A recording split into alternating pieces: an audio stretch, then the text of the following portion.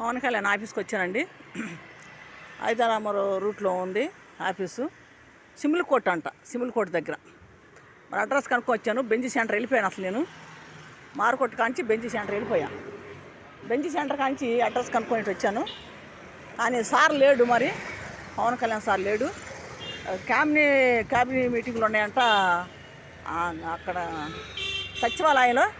మరి అక్కడికి వెళ్తారేమో సార్ తెలీదు. మరి మధ్యాహ్నం భోజనం ఉంటాయని కానీ వస్తాడేమో అక్కడికి. ఇదే సార్ లోనికి వెళ్ళే రోడ్డు.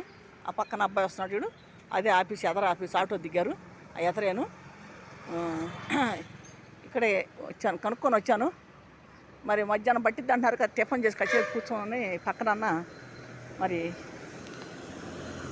టిఫిన్ అన్న చేసి వచ్చాను.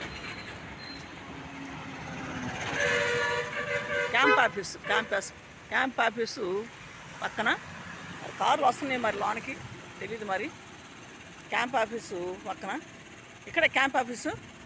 ఇది సిమ్లకోట ఉంది, ఇక్కడ సిమ్లకోట ఉంది. 5వ నెంబర్ రూట్ ఇది.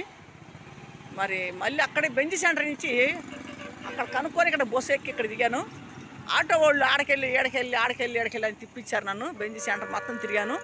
అక్కడి నుంచి ఒకళ్ళు మరి లెక్క రాస్తున్నాము చెప్పాడు, అడ్రస్ రాసిచ్చాడు. ఆ అడ్రస్ ప్రకారానికి వచ్చాను నేను.